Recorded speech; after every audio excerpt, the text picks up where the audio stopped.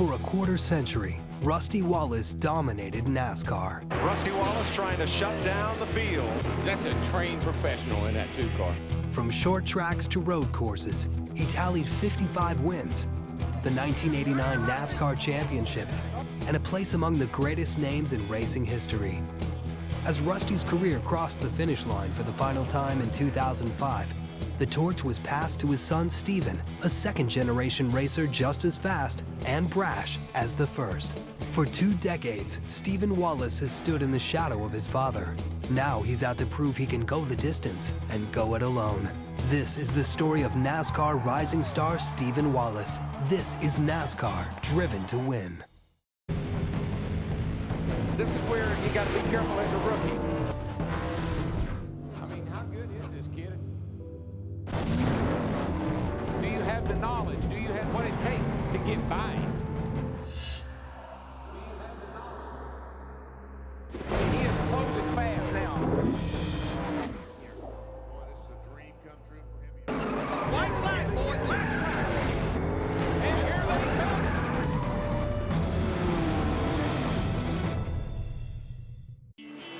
Rusty Wallace burst onto the NASCAR scene, winning his first Cup race in 1986. 3 years later, he was the sports champion. During his career, he would battle other legends like Dale Earnhardt and win races nearly every season. You're fine. Nice job, Bob. California. It comes in his 536th career start. From the motorcycle trails of the Midwest to NASCAR's grandest stages, brothers Rusty, Mike, and Kenny have all had their share of highlights. Kenny is a NASCAR Busch Series legend and media darling. First win for Kenny Wallace since 1996. Mike has quietly compiled an impressive resume in all 3 major NASCAR series. Look at Mike Wallace in the 4 on the bottom. Wallace is going to win it. But it is Rusty, the family's champion, who has always been the superstar. And in the twilight of his career, he won his 55th Cup race at Martinsville Speedway. Here they come to the flag. Rusty Wallace wins the Advance Auto Parts 500 for his 55th career victory. That victory would be his last, and 2005 would be his final year behind the wheel. I'm announcing my retirement. I still feel like I'm a champion. I don't want to get hurt. I want to hang around the sport more. With those simple words, Rusty waved goodbye to the sport he helped build into a global phenomenon. But Wallace fans didn't have to look far to find a new favorite driver. He was standing right by Rusty's side. Son Steven, who like his father, has a one-track mind. What I see in Steven is that racing is everything to us. That's our whole life. That's our core business.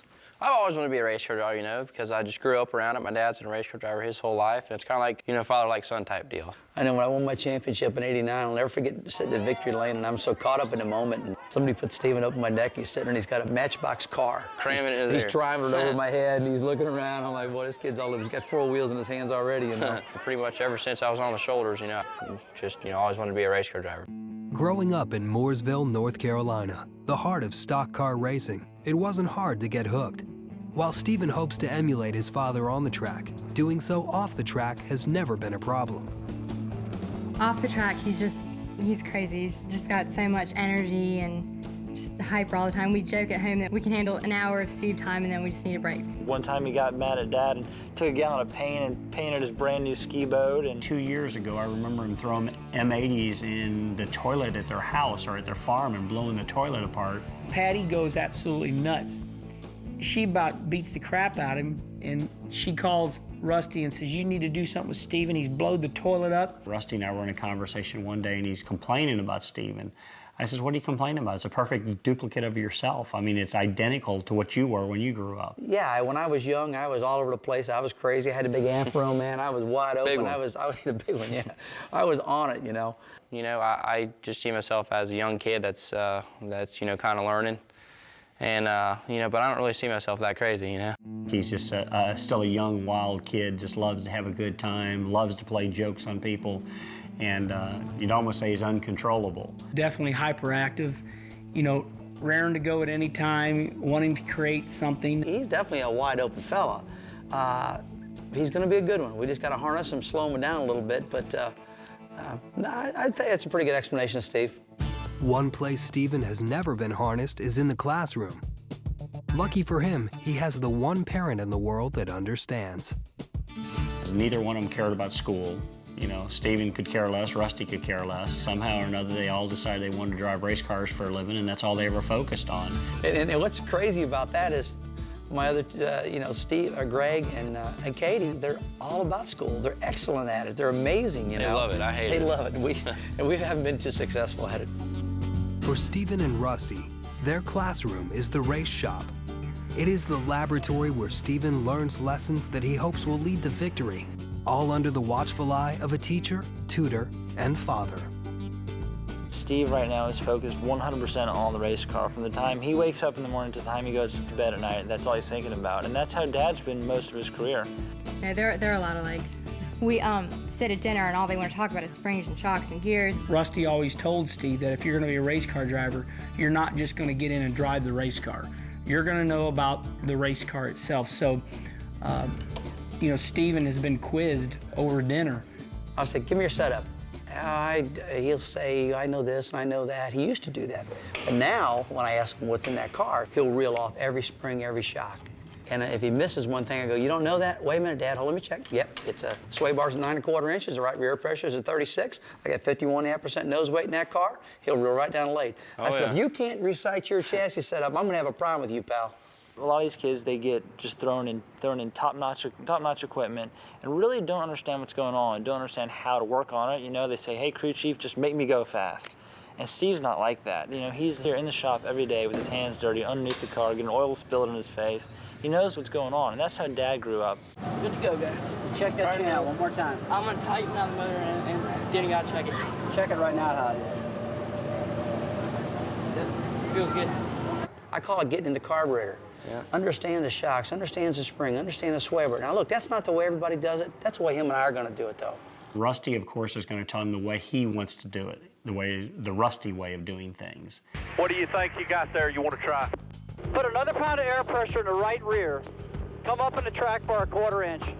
Which is nothing wrong with that. He's been very successful, but Rusty's pretty straightforward in his ways. He knows that loud and clear, I believe, don't you? Oh yeah, I agree 100%. You know, on the racetrack, to be a successful race car driver, you know, you really got to know your chassis. You really got to know what spring does this, what air pressure does that, what sway bar does this. You know, all the changes to a race car.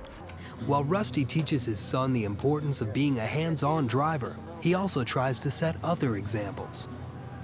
Dad is really particular about clothes and cleanliness and looking right. As the spotlight on him has grown, he's really responded to that well, whether it's dealing with the fans, or the sponsors, or the competition on the racetrack. He's just a lot more mature individual. Teaching Steve, I mean, I tell him that, you know, the media is important, the interviews are very, very important.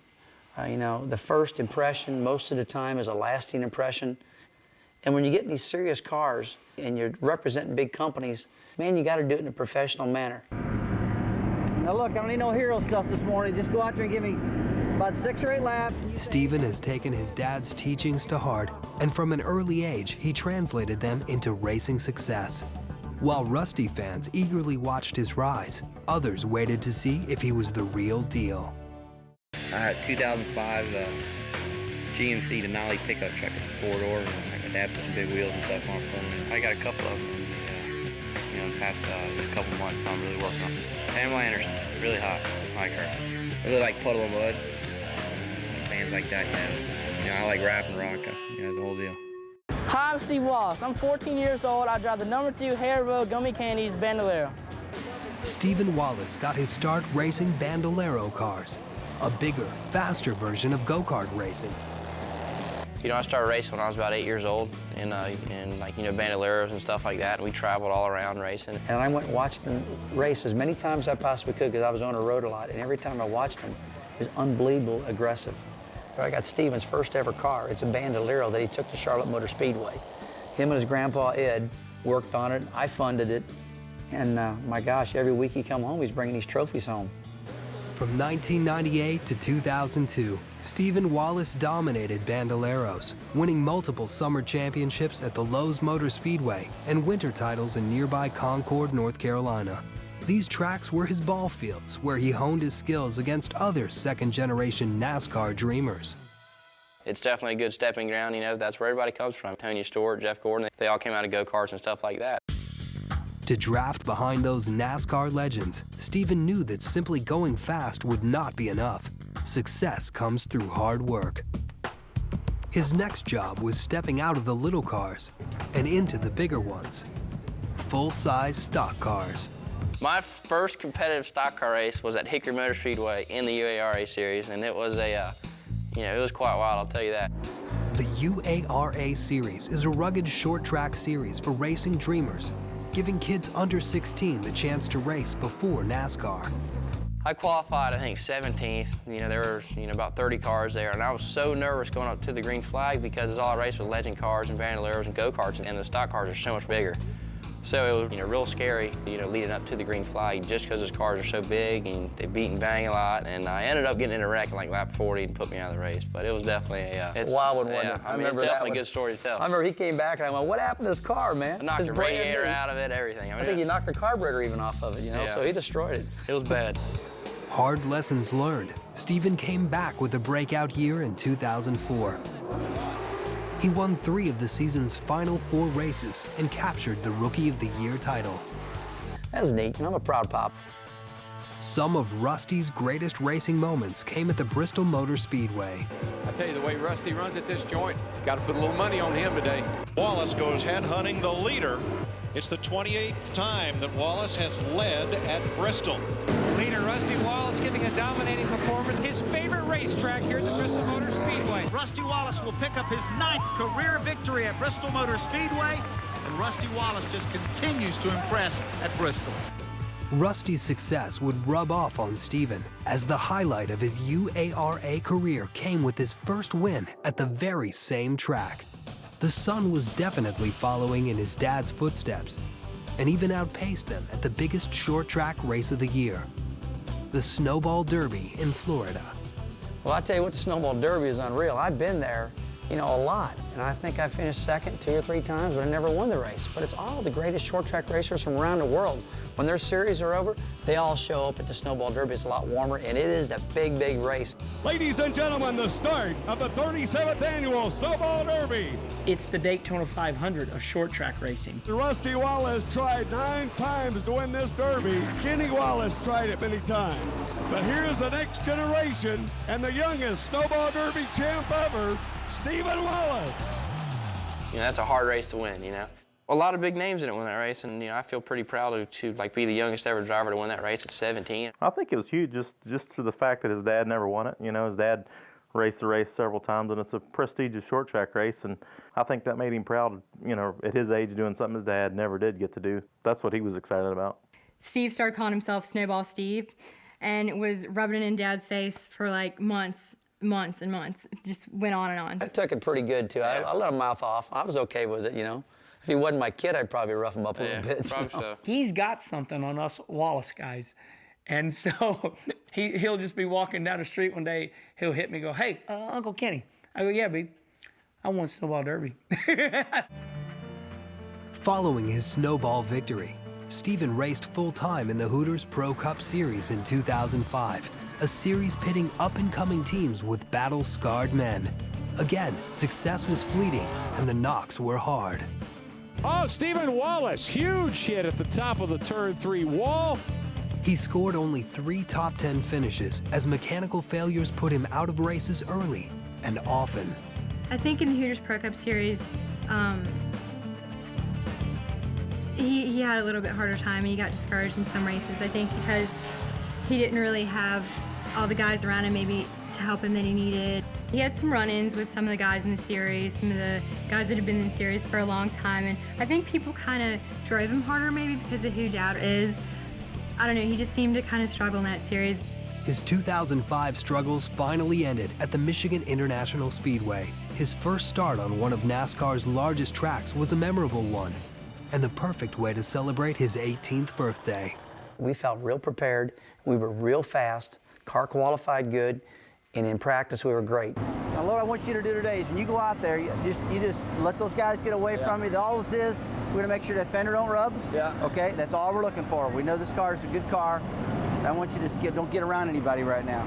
I need about 5-10 laps. You bring it in, give me, and that's it. All right, cool.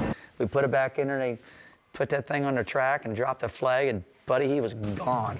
Stephen Wallace, he's had a flawless day here all the day at Michigan. He's on his way to victory lane. He turned 18 on Thursday, and now Stephen Wallace will celebrate his first win on a big track.